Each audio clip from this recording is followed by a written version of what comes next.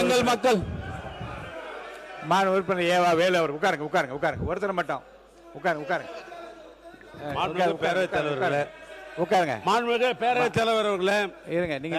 நீங்க நீங்க முதல்ல இருங்க இல்லங்க இருங்க நான் குற்றச்சாட்டை சொல்லிக் கொண்டே இருந்தால் உறுப்பினர் முதல்ல இருங்க உட்காருங்க மாண்பு உறுப்பினர் உட்காருங்க நீங்க உட்காருங்க மாண்பு உறுப்பினர் இருங்க இருங்க உங்களை மட்டும் நான் பேச அனுமதி இவ்வளவு பேர் உங்க பின்னாடி இப்படி நின்னா என்ன நியாயம் யார் கண்ட்ரோல் பண்றது அப்புறம் யார் அவையை கண்ட்ரோல் பண்ண முடியாமோ உட்கார சொல்லுங்க முதல்ல உட்கார சொல்லுங்க மாண்புமிகு பேரவைத் தலைவர்களே என்னுடைய சட்டமன்ற உறுப்பினர்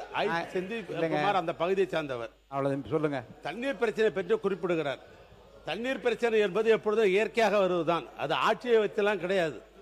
மழை பெய்யலனாக்கா இப்ப தண்ணீர் பிரச்சனை வரதான் செய்யும் அதுல ஒன்றும் மாற்று கருத்தல்ல அதே போன்று 400 அடி 800 அடி 1200 அடி அப்படின்னு பார்க்கிற போது ஒரே ஊரில் பார்த்தீங்கன்னா ஒரு இடத்துல 400 அடி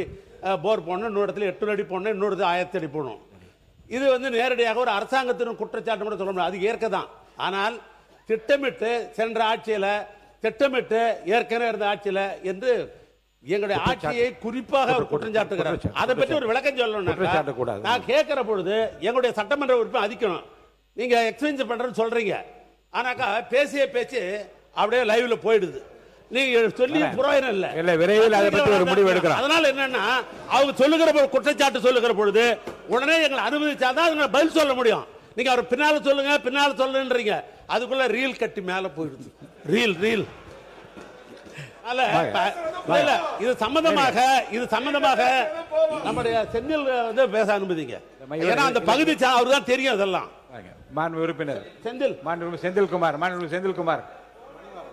மாண்பு மணிமாறன்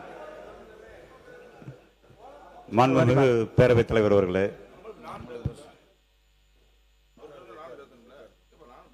அவர் பேசுகின்ற பொழுது சொல்லியிருக்கிறார் உசிலம்பட்டி சட்டமன்ற தொகுதியை 2 கட்சிகள் ஆட்சி செய்தது ஆனால் எதுவுமே செய்யவில்லை என்று அரசு கல்லூரி கொண்டு வந்தது அங்கே தலைவர் கலைஞர் அவர்கள் என்பதை மறந்துவிட வேண்டாம் 58ஆம் கால்வாய் திட்டத்தை கொண்டு வந்தது தலைவர் கலைஞர் அவர்கள் ஒரு நிமிஷம் இருங்க மாண்பு பள்ளிக்கல்வித்துறை அமைச்சர் இருங்க அவர் சொல்லி முடிக்கட்டும் இருங்க மாண்பு பள்ளிக்கல்வித்துறை அமைச்சர் கொஞ்சம் அவர் முடிச்ச உடனே நீங்க மொத்தமா பதில் சொல்லிடுங்க சுருக்கமா சொல்லுங்க என்ன கிளாரிபிகேஷனா என்ன இல்ல அவர் சொல்றாரு உசிலம்பட்டி தொகுதி மேப்பிலே காணாம போயிருன்னு சொல்லிட்டு மதுரை மாவட்டத்தில் அதிக செழிப்போடு இருக்கிற ஏரியா உசிலம்பட்டியும் சோழவந்தான் பகுதி என்பதை நான் இந்த நேரத்தில் குறிப்பிடாது மாண்பு பள்ளிக்கல்வித்துறை அமைச்சர் வாங்க மாண்பு உறுப்பினர் தொடர்ந்து இப்படிப்பட்ட வார்த்தைகளை நீங்கள் பிரயோகித்தால் நடவடிக்கை எடுப்பேன் அமைதியா இருங்க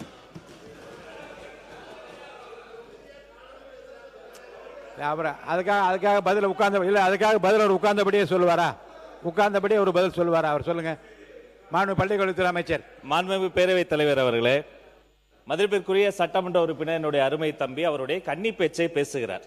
பொதுவாக ஒவ்வொருத்தரும் ஒரு விதமாக தான் பேசுவாங்க உங்களுக்கு தெரியாதது ஒன்றும் கிடையாது அந்த பக்கம் கன்னி பேச்சு பேசினப்ப கூட அந்த அருமை சகோதரர் அன்னைக்கு பேசுகிற பொழுது தன்னுடைய இறுதி பகுதியில் தொகுதி மக்களினுடைய எண்ண ஓட்டங்களை அவர்களினுடைய குரலாக எல்லாத்தையும் சொன்னதை கொண்டு வந்து சொல்லும் போது எல்லாமே கேட்பதற்கு இனிப்பாக இருக்காது சிலது கேட்க கசப்பாக ஆனா அவர் உரை முடித்த பிறகு அது ஒரு கன்னி பேச்சு முதல் பேச்சு குரலற்றவர்களின் குரலாக வந்து பேசுகிறார் அவரா சொல்லல தொகுதி மக்கள் சொன்னதை வந்துதான் இங்க வந்து அவர் சொல்றாரு கேட்டுட்டு மூத்த உறுப்பினர்கள் அவர் ஒரு அரை மணி நேரம் அண்ணா அழகா கிரானாலஜிக்கல் ஆர்டர்ல எப்படி வந்து ஒரு நீர்வளங்கள் துறை உள்ளாட்சி பேரூராட்சி நகராட்சி எல்லா நம்பர்லையும் மனப்பாடம் பண்ணி